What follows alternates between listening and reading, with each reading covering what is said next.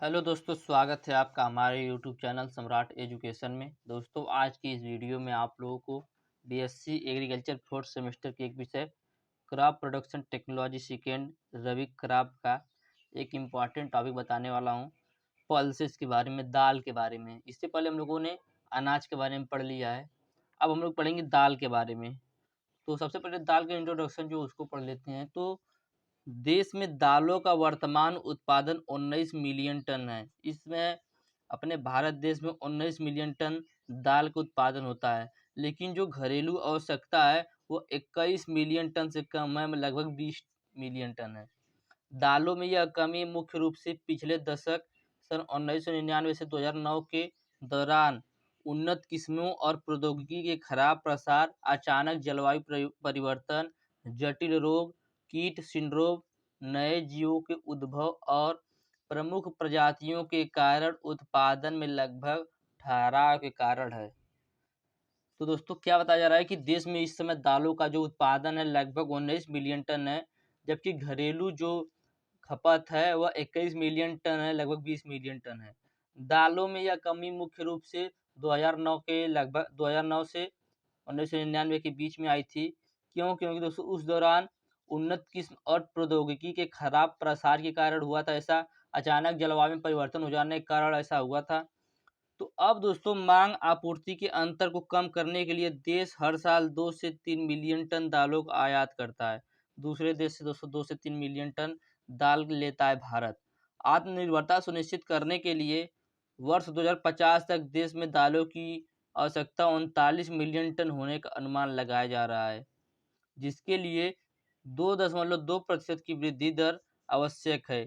इसके लिए अनुसंधान के अग्रणी क्षेत्र में क्षमता निर्माण के साथ साथ अनुसंधान, प्रौद्योगिकी निर्माण और प्रसार और व्यावसायीकरण और आमूल-चूल परिवर्तन की आवश्यकता है। तो दोस्तों, अब माना जा रहा है कि 200 सन 2050 तक भारत में 39 मिलियन टन जो है दाल का खपत होने लगेगा। इसलिए दोस्तों, दाल के उत्पादन प्रतिवर्ष 2.2% की वृद्धि से बढ़ना आवश्यक है। तो आप लोगों को इंट्रोडक्शन समझ में आ गया होगा। अब चलिए देखते हैं दाल की खेती, काबुली चने की खेती। कल्टीवेशन ऑफ चिकपी या ग्राम या बंगाल ग्राम भी इसे कहते हैं। इसे हिंदी में कहते हैं काबुली चना। तो काबुली चने की खेती हम लोग देख रहे हैं। इसका वैज्ञानिक नाम है सीसर एरिटनम। सीसर एरिटनम दोस्तों काबुली चने का वैज्ञानिक नाम है। लेग्यूमिनेसी फैमिली से आता है ये। इसकी ऑरिजिन है अफगानिस्तान। दोस्तों, अफगानिस्तान का एक जिला है काबुल। काबुल जिले के आसपास में इसका उत्पादन बहुत अधिक होता है, इसीलिए शायद इसका नाम भी काबुली चना पड़ा है। तो इसका ऑरिजिन जो है वह है अफगानिस्तान। अब इसकी एरिया डिस्ट्रीब्यूशन देख लेते हैं। तो पूरे विश्व में सबसे ज़्यादा काबुली चने का उत्पादन भारत में होता है, और भारत में सबसे ज़्यादा काबुली चने का उत्पादन मध्य प्रदेश में होता है।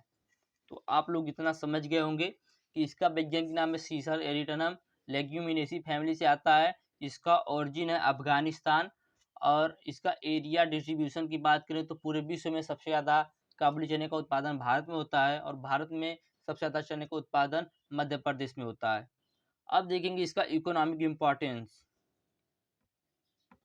तो चने के बीज में औसतन 18 से 22% प्रोटीन, 52 से 70% कार्बोहाइड्रेट, 4 से 10% वसा, 6% कच्चे फाइबर और 3% राख होती है।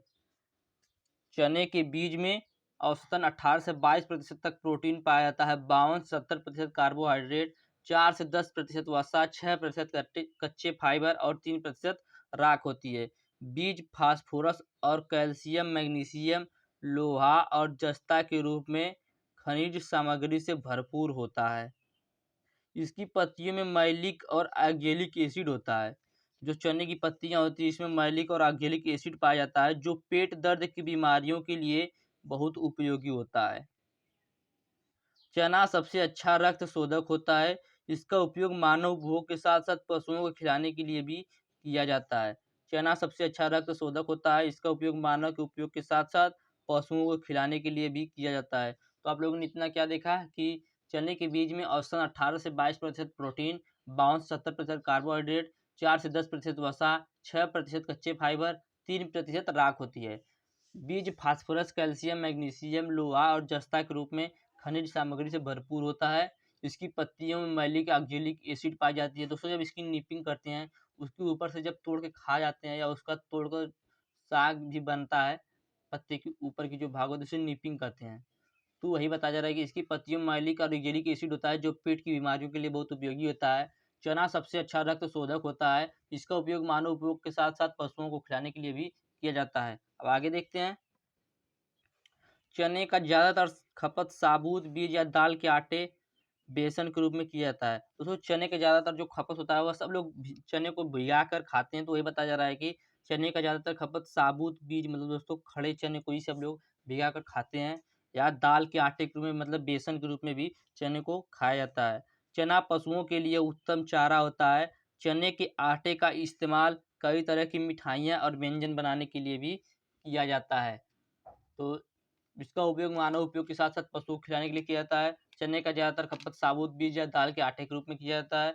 चना पशुओं के लिए भी उत्तम होता है। चने के आटे से कई तरह की व्यंजन तथा मिठाइयाँ भी बनाई जाती हैं। अब देखेंगे सॉइल, कैसे मिट्टी की आवश्यकता है चने को। तो चने की फसल मध्यम काली, दोमट और बलुई दोमट मिट्टी में अच्छी होती है। चने की फसल मध्यम काली, दोमट और बलुई दोमट मिट्टी में अच्छी होती है। यदि मिट्टी में पर्याप्त नमी उपलब्ध हो तो इसे धान की भूमि में सफलतापूर्वक उगाया जा सकता है। यदि भूमि में धान की भूमि नमी सफलतापूर्वक हो तो सॉरी यदि मिट्टी में पर्याप्त नमी उपलब्ध हो तो इसे धान की भूमि में सफलतापूर्वक उगाया जा सकता है। अत्यधिक घुलनशील लवण वाली मिट्टी और जल भराव वाली मिट्टी चने की खेती के लिए उपयुक्त नहीं होती है। चना गहरी जड़ वाली फसल होने के कारण मिट्टी की निचली परत में पर्याप्त नमी होनी चाहिए। दोस्तों, इसे किसी मिट्टी की आवश्यकता है। चने की फसल को मध्यम काली मिट्टी, दोमट और बलुई दोमट मिट्टी में उत्पादन करना बहुत अच्छा होता है। यदि मिट्टी में पर्याप्त नमी उपलब्ध हो तो इसे धान की खेत में भी सफलतापूर्वक उगाया जा सकता है। अत्यधिक घुलनशील लवण वाली मिट्टी और जल भराव वाली मिट्टी चने के लिए खेती के लिए उपयुक्त नहीं होती है। क्योंकि चना गहरी जड़ वाली फसल है, तो इसे गहरी जड़ वाली फसल होने के कारण मिट्टी की निचली परत में पर्याप्त नमी होना चाहिए। अब इसकी वैरायटी देख लेते हैं दोस्तों। उज्ज्वल, चफा, दाहोद, पीली, गुजरात ग्राम 1, गुजरात ग्राम 2, गुजरात ग्राम 3, शुभ्रा। दोस्तों, बहुत सी प्रजातियां, मैंने सिर्फ इतना ही लिया है। तो उज्ज्वल, चफा, दाऊद पीली, गुजरात ग्राम और शुभ्रा, इसको आप लोग याद रखिएगा। चफा और दाऊद पीली को भी आगे इसकी जरूरत पड़ेगी। अब देख लेते हैं क्लाइमेट, कैसे क्लाइमेट की आवश्यकता होती है चने की खेती के लिए, कैसे जलवायु की आवश्यकता होती है। तो चने सर्दियों के मौसम की फसल है, जिसके लिए ठंडी और शुष्क जलवायु की आवश्यकता होती है। फूल आने के समय पाला पड़ने से फूल और बीज विकसित करने में असफल हो जाते हैं। तो बुआई के तुरंत बाद या फूल आने के समय फली बनने या परिपक्व के समय अत्यधिक बारिश से उपज में भारी नुकसान होता है। यह प्रतिवर्ष 65 से 100 सेंटीमीटर की मध्यम वर्षा वाले क्षेत्रों के लिए सबसे उपयुक्त होता है।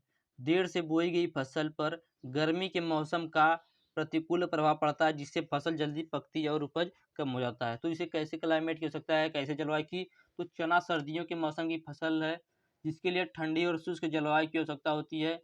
फूल आने के समय पाला पड़ने से फूल बीज विकसित करने में असफल हो जाते हैं। और बुआई के तुरंत बाद या फूल आने के समय फली बनने या परिपक्व के समय अत्यधिक बारिश से उपज में भारी नुकसान होता है। यह प्रतिवर्ष 65 से 100 सेंटीमीटर की मध्यम वर्षा वाले क्षेत्रों के लिए सबसे उपयुक्त होती है। देर से बोई गई फसल पर गर्मी के मौसम का प्रतिकूल प्रभाव पड़ता है, जिससे जल्दी पकती है और उपज कम हो जाता है। तो दोस्तों, ये हो गया इसको कैसी जलवायु की आवश्यकता है वह। अब देखेंगे हम लोग लैंड प्रिपरेशन, भूमि की तैयारी। तो पिछली खरीफ की फसल की कटाई के बाद अक्टूबर के मध्य में 2-3 बार जुताई करके हल्का हैरो व पाटा चलाकर खेत को तैयार कर लेना चाहिए। पिछली खरीफ की फसल की कटाई के बाद अक्टूबर के मध्य में 2-3 बार जुताई करके हल्का हैरो व पाटा चलाकर खेत को तैयार कर लेना चाहिए। अब देखेंगे सोइंग टाइम, बुआई का समय। तो चने की बुआई का जो उपयुक्त समय है वह अक्टूबर के आखिरी सप्ताह या नवंबर के पहले सप्ताह तक कर देनी चाहिए। मतलब दोस्तों, अक्टूबर के पहले सप्ताह शुरू करनी चाहिए अक्टूबर के आखिरी सप्ताह या नवंबर के पहले सप्ताह तक इसकी बुआई कर देनी चाहिए। तो ये हो गया सोइंग टाइम, बुआई का समय। अब देखेंगे मेथड ऑफ सोइंग, बुआई की विधि।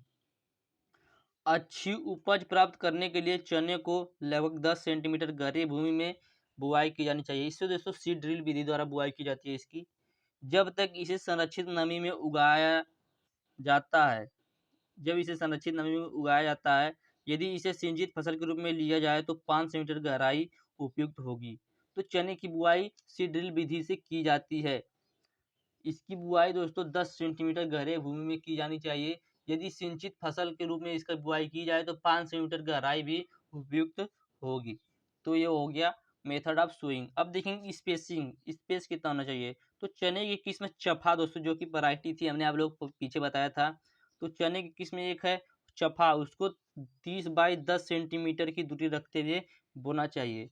उसके बाद दूसरा था दाहोद पीली। दाहोद पीली किस्म को 22.5 सेंटीमीटर से 30 बाई 10 सेंटीमीटर की दूरी पे बुआई करना चाहिए। अब देख लेते हैं सीड रेट। सीड रेट क्या है। तो 60 से 70 केजी प्रति हेक्टेयर की दर से चने की बुआई की जाती है। 60 से 70 केजी प्रति हेक्टेयर की दर से। अब देखेंगे सीड ट्रीटमेंट। सीड ट्रीटमेंट मतलब दोस्तों बीजोपचार। बीज जनित और फफूंद जनित रोगों को नियंत्रित करने और बेहतर अंकुरण के लिए बीजों को थीरम या कार्बेंडाजिम से डाइज़ाइम के 2 से 3 ग्राम प्रति किलोग्राम की दर से उपचारित करना चाहिए। मतलब दोस्तों कार्बेंडाजिम का 2 ग्राम और चने के 1 केजी बीज को उपचारित करना चाहिए आपस में मिलाकर। तो बीज जनित और फफूंद जनित रोगों को नियंत्रित करने, बेहतर अंकुरण के लिए बीजों को थीरम या कार्बेंडाजिम के 2 से 3 ग्राम प्रति किलोग्राम की दर से उपचारित किया जाना चाहिए। आगे देखते हैं इसी में राइजोबियम कल्चर से उपचारित करना चाहिए। गांठ और नाइट्रोजन स्थिरीकरण के लिए बीजों को राइजोबियम कल्चर से उपचारित करना चाहिए। कवकनाशी से उपचारित करने पर कल्चर की दर दोगुनी रखनी चाहिए। कल्चर का एक पैकेट 250 ग्राम 8 से 10 किलोग्राम बीज को उपचारित करने के लिए पर्याप्त होता है। तो यह था सीड ट्रीटमेंट। तो क्या होता जा रहा है, गांठ और नाइट्रोजन स्थिरीकरण के लिए बीजों को राइजोबियम कल्चर से उपचारित करना चाहिए।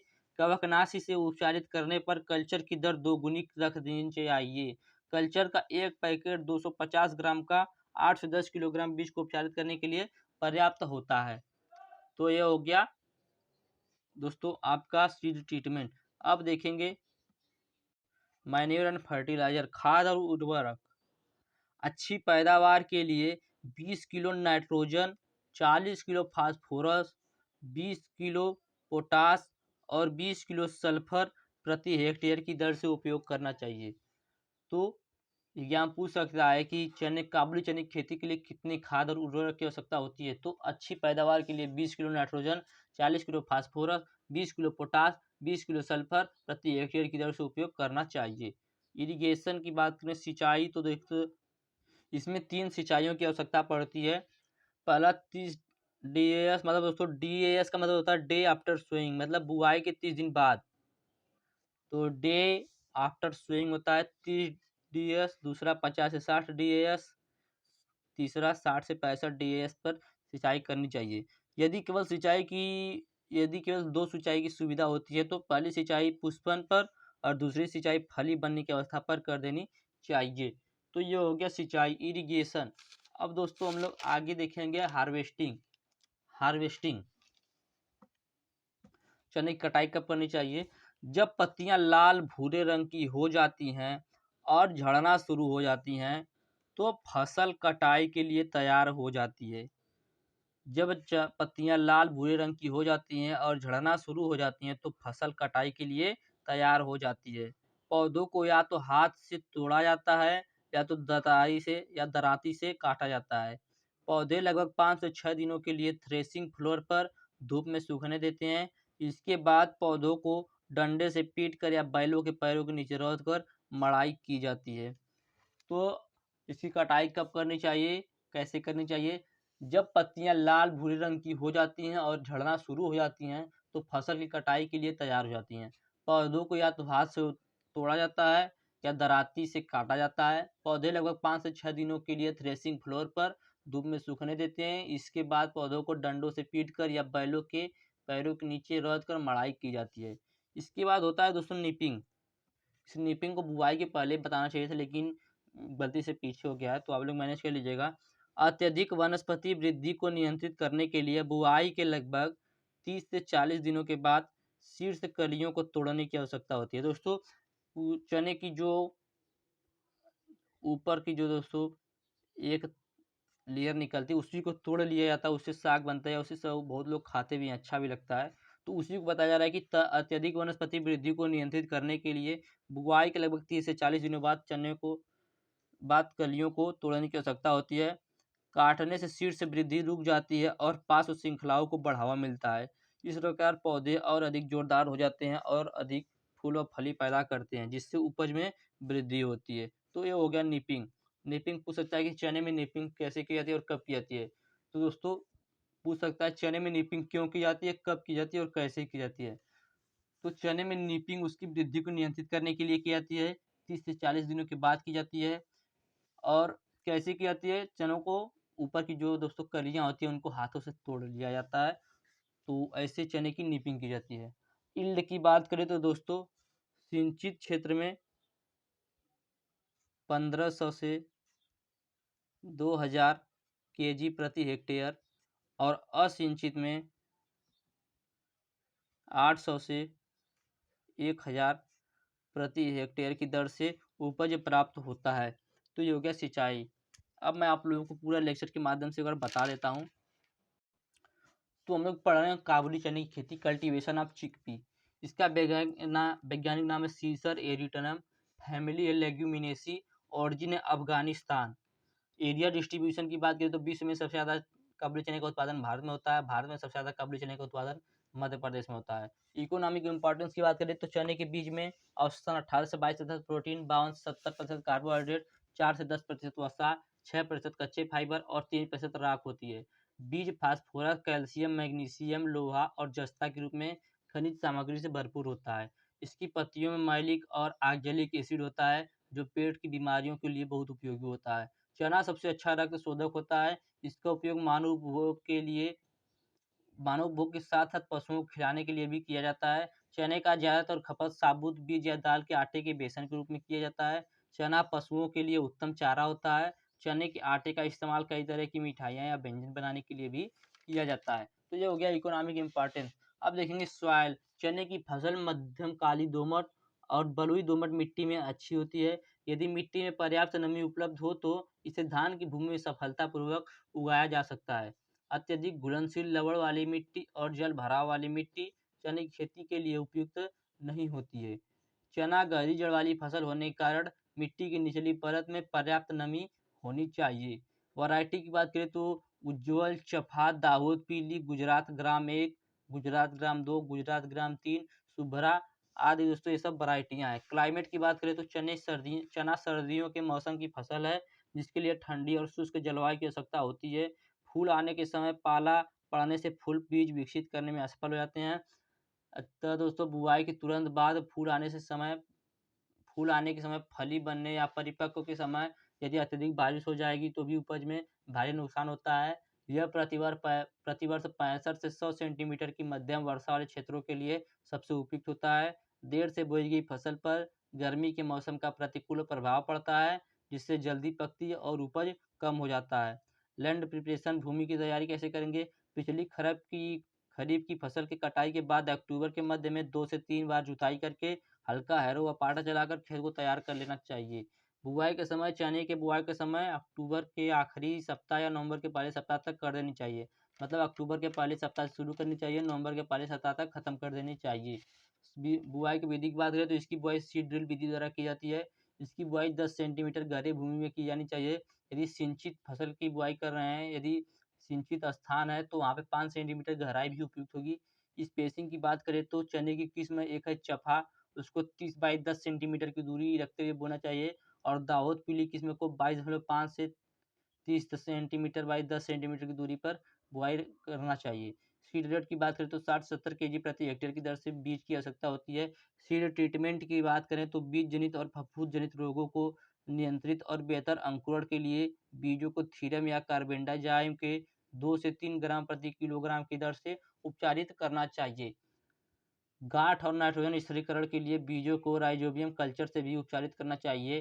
कवकनाशी से उपचारित करने पर कल्चर की दर दोगुनी रखनी चाहिए। कल्चर का एक पैकेट 250 ग्राम का 8 से 10 किलोग्राम बीज को उपचारित करने के लिए पर्याप्त होता है।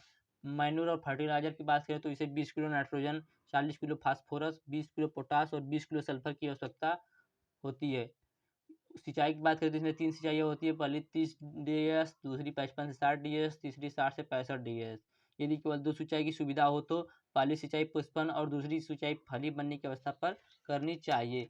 दोस्तों मैं जल्दी जल्दी बता रहा हूँ क्योंकि वीडियो काफ़ी लंबा हो गया है। हार्वेस्टिंग की बात करें कटाई की तो जब पत्तियां लाल भूरे रंग की हो जाती हैं और झड़ना शुरू हो जाती हैं तो फसल कटाई के लिए तैयार हो जाती है। पौधों को या तो हाथ से तोड़ा जाता है या तो दराती से काटा जाता है। पौधे लगभग 5 से 6 दिनों के लिए थ्रेसिंग फ्लोर पर धूप में सूखने देते हैं। इसके बाद पौधों को डंडे से पीट कर या बैलों के पैरों के नीचे रख कर मड़ाई की जाती है। निपिंग की बात करें तो यह अत्यधिक वनस्पति वृद्धि को नियंत्रित करने के लिए बुआई के लगभग 30 से 40 दिनों के बाद शीर्ष कलियों को तोड़ने की आवश्यकता होती है या तोड़ने की प्रक्रिया होती है। काटने से शीर्ष वृद्धि रुक जाती है और पार्श्व शाखाओं को बढ़ावा मिलता है। इस प्रकार पौधे और अत्यधिक जोरदार हो जाते हैं और अधिक फूल और फली पैदा करते हैं, जिससे उपज में वृद्धि होती है। उपज की बात करें, यील्ड की बात करें तो सिंचित जो दोस्तों सिंचित चना होगा वो 1500 से 2000 केजी प्रति हेक्टेयर की दर से उत्पादन होगा। असिंचित क्षेत्र में 800 से 1000 किग्रा प्रति हेक्टेयर की दर से चने का उपज प्राप्त होगा। तो उम्मीद करते हैं आप लोगों को समझ में आया होगा। यदि आप लोगों को इसका पीडीएफ चाहिए तो डिस्क्रिप्शन में व्हाट्सएप ग्रुप का लिंक और व्हाट्सएप नंबर दिया गया है। मैसेज करके आप लोग इसका पीडीएफ ले सकते हैं। और वीडियो अच्छा लगा तो वीडियो को लाइक कीजिएगा, चैनल को सब्सक्राइब कीजिएगा और शेयर भी ज़रूर कीजिएगा। धन्यवाद। जय हिंद।